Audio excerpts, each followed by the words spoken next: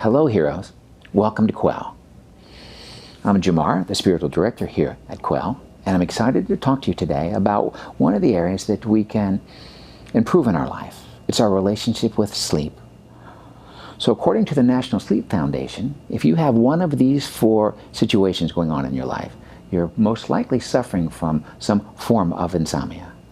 You have difficulty falling asleep or waking up too early, or even staying asleep, or waking up and not feeling refreshed. If you have those 4, or any one of those 4, and then you also notice that there's some adverse effect on your day-to-day life, then you suffer on some levels from insomnia. So that is a condition that primarily is in relationship to our sleep. So how can we set ourselves up to succeed in the area of sleep? So one of the things that we can do is create a sleep chamber. So basically that's your bedroom. So our bedroom has multiple functions for a lot of us. For some of us, it's an area that we snack. Others, it's where we read books or the newspaper or catch up on emails and or texts. It's confusing to the body about what's meant to happen in our sleep chamber in the bedroom. One of the areas that you can greatly improve in your life is the quality of your sleep. And there are some things that we can do to prepare our sleep chamber. So we want to prepare our sleep chamber and think of it as that. Now the idea of a sleep chamber may sound kind of funny to you, but if we can start to train the mind that that's primarily what goes on there, we train the body that that's primarily what goes on there, then we will start to have, through the habit energy of sleeping, a conditioned response. So right now there's a lot of things that go on in our bedroom, and yay to all of those, except some of those don't support us sleeping. So we want to try to eliminate some of those things that are conflict for us. So if you're snacking in bed, you're catching up on emails, you're wrestling with your iPod or an audiobook, maybe you have a ritual that's how you fall to sleep. You might fall asleep and then find that you wake back up. So what we want to do is set you up so that you can sleep the whole night through. So we want to start to eliminate those things that are not conducive to sleep. So that if the bedroom is where you are intimate and that you also fall asleep, then those are the 2 things that primarily need to happen in that room in your home.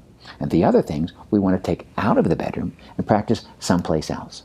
If you need to read to prepare yourself to fall asleep, you like to do a little gentle stretching, let's do all of that off the bed.